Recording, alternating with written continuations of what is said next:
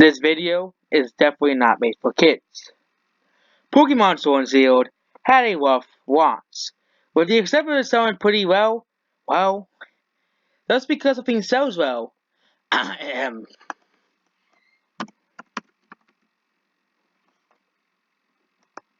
Transformers Age of Extinction and The Last Jedi, well, selling more does not always mean sales for the future.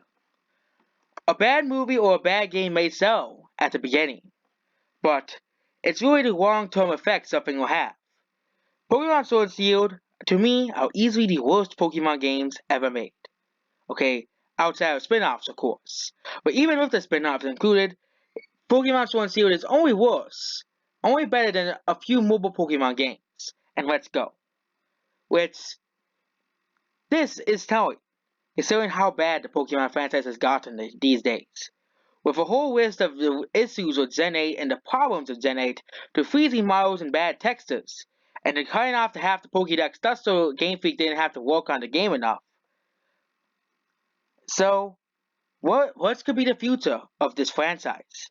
Well, one future will be I won't ever be buying a Pokemon game ever again.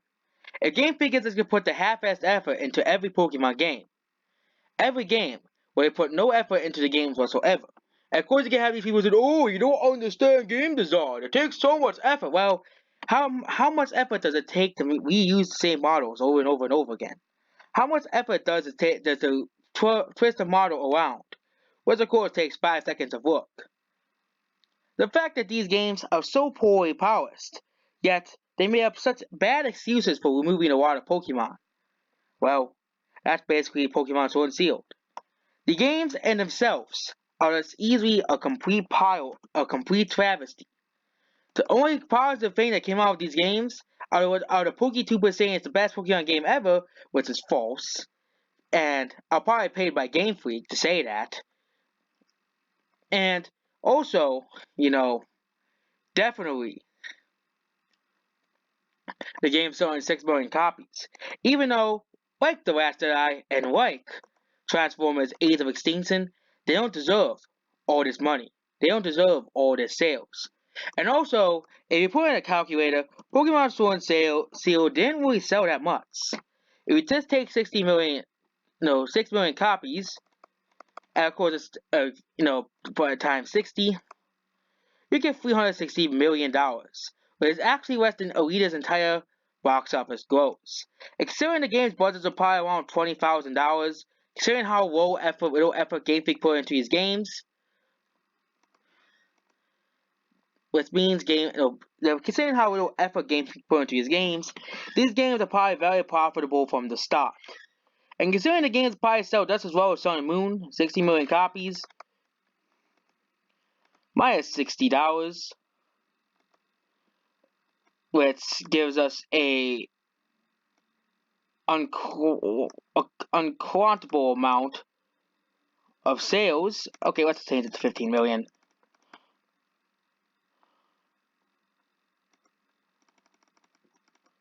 $16,000 divided by $60 means it'll gross 2.6 billion. Does a game this half-assed really deserve to be in the $2.6 billion club?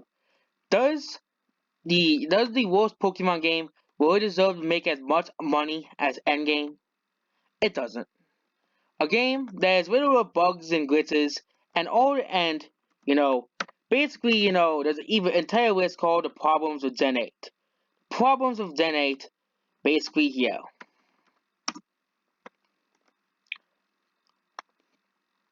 And you know what? The movement, as they call Dexit, basically, it's more than just the Pokédex. It's the fact that Game Freak it's the fact that Game Freak did cut all these Pokemon while giving us so many problems with these games. Basically, here it is. So, there are many more. There's so many issues with the games. Of course, a lot of these you can score freely, but here's some new ones. The models were improved, but however this effort was absolute minimum to call AC and call it a day. The work was almost dead as irrelevant compared to the amount of work the engine says alone brought to the art style. Many new programs seem to work to make the mayhem easy model in 3D priorities and basic geometrical shapes make the entire look like toy like nature or automatically impossible. The issue is not being over the design of its issue to make it shape of the monsters. Examples here, the games can be soft rocked a lot. And if the full train battle compatibility for Sword and Shield, since it's forced you to buy a 2020 games you want to participate in other meta. Well, I won't be participating in any Pokemon games 2020 because these games are all garbage. Okay, all garbage. So there's moves that and I'll cut like or anonymous ways that was hot stamp. But yeah, Light of Ruin is still attached to Pokemon that has never been released and still in the game files. If he creates box as usable despite 15 Smeagol requires it all being cut. So, and of course, Game Freak is not a small indie developer. As we all know, they aren't. Okay? And of course in Japan they don't even know, because they know that Japan, because of course according to everybody who bought Pokemon, we are all piggy banks. We know that, and then of course we have, now let's get to part two. The media and the Poketubers. I'm not talking about all Poketubers. I'm talking about, the big guys, okay? Saying that these Pokemon are so great and these new Pokemon, like, the fossils, okay? The fossil Pokemon that look like they come out straight out of a Frankenstein movie, come out straight out of a horror movie instead of more than a Pokemon game, you know. Well, how about the worst bugs? Okay, if this was our fossil designs, I think everybody would be happy because these are actually pretty decently designed Pokemon. Well, Game Freak decided to say, oh look, you know what? One thing the British did in the 1800s? Well, let's make that into a Pokemon. Let's also make a Pokemon that looks like a fucking bug that wears glasses. Like, where do we even start with the new Pokemon? There's only like 10 good Pokemon introduced in the game.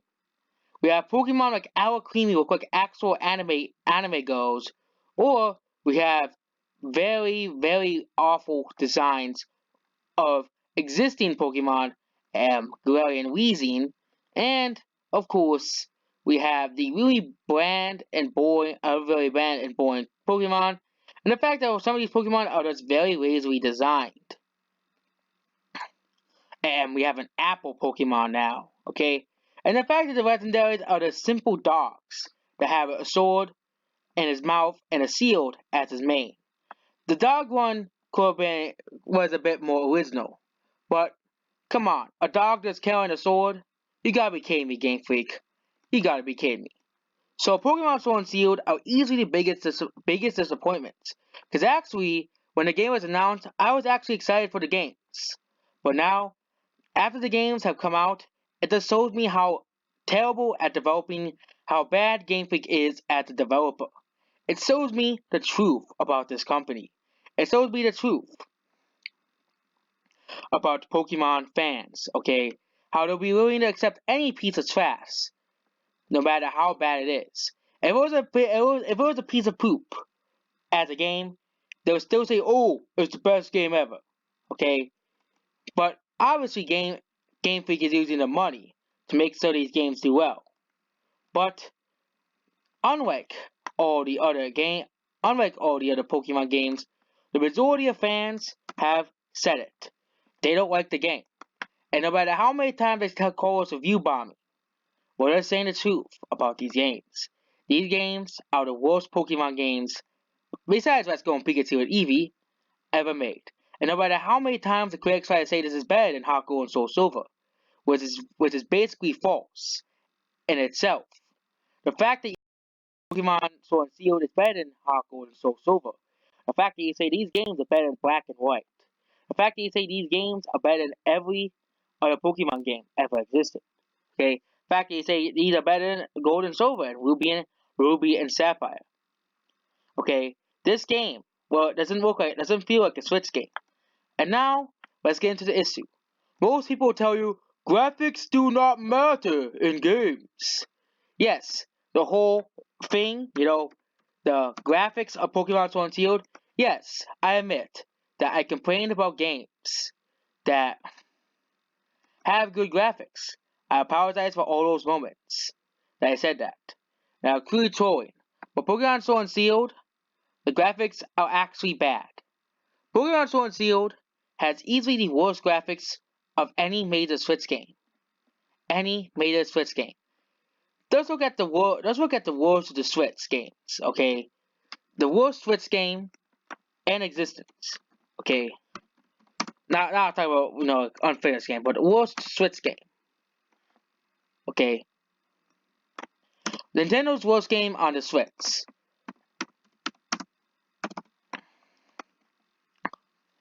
Okay, Nintendo's worst game on the Switch. Oh, that game exists.